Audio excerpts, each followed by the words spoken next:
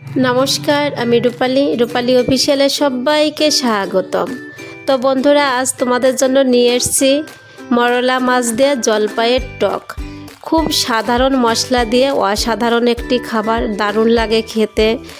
সব কিছু খাওয়ার পরে একটু টক হলে সবারই ভালো লাগে, সে আচার কিংবা টকের চাটনি কিংবা ঝাল ঝাল টক, যেটা হোক একটু টক ভালো লাগে।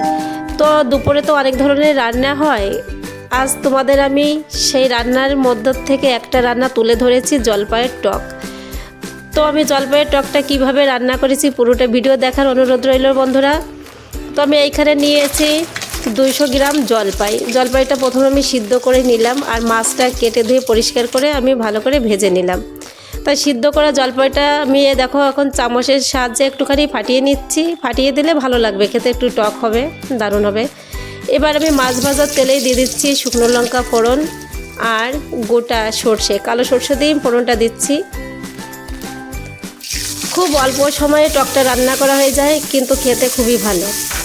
এবার আমি ফোড়নটা দেওয়ার পরে দিয়ে দিচ্ছি জলপাইটা দিয়ে সুন্দর করে একটুখানি নেড়ে নিলাম। এবার দিয়ে দেবো পরিমাণ মতো লবণ, পরিমাণ মতো হলুদটা একটু কমই দেব, আর দিয়ে দেবো অল্প পরিমাণে চিনি। তো মশলাটা দিয়ে সুন্দর করে একটু কষিয়ে নেব। দেখো চিনিও আমি 1 চামচ দিয়ে দিলাম।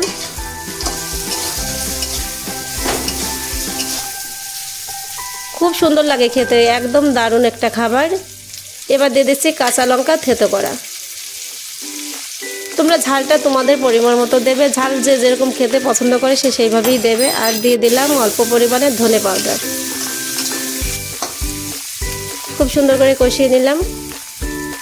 এবার দিয়ে দিচ্ছি পরিমাণ মতো জল। দেখো জলটা দিয়ে সুন্দর করে একটুখানি এভাবে নিয়ে নিতে হবে। দারুণ একটা খাবার কিন্তু বন্ধুরা, অবশ্যই খেয়েও বাড়িতে, দারুণ লাগবে খেতে। এবার আমার জলটা যখন ভালো ফুটিয়ে এসছে, সিদ্ধ করা জলপাই বেশিটা লাগেনি সময়, শুধু গ্রেভিটা যত সময় লাগবে বানাতে। তো দেখো এবার মাছগুলো দিয়ে সুন্দর করে নিয়ে নিলাম। এবার আমার জলপাইটা রেডি, নামিয়ে নিলাম।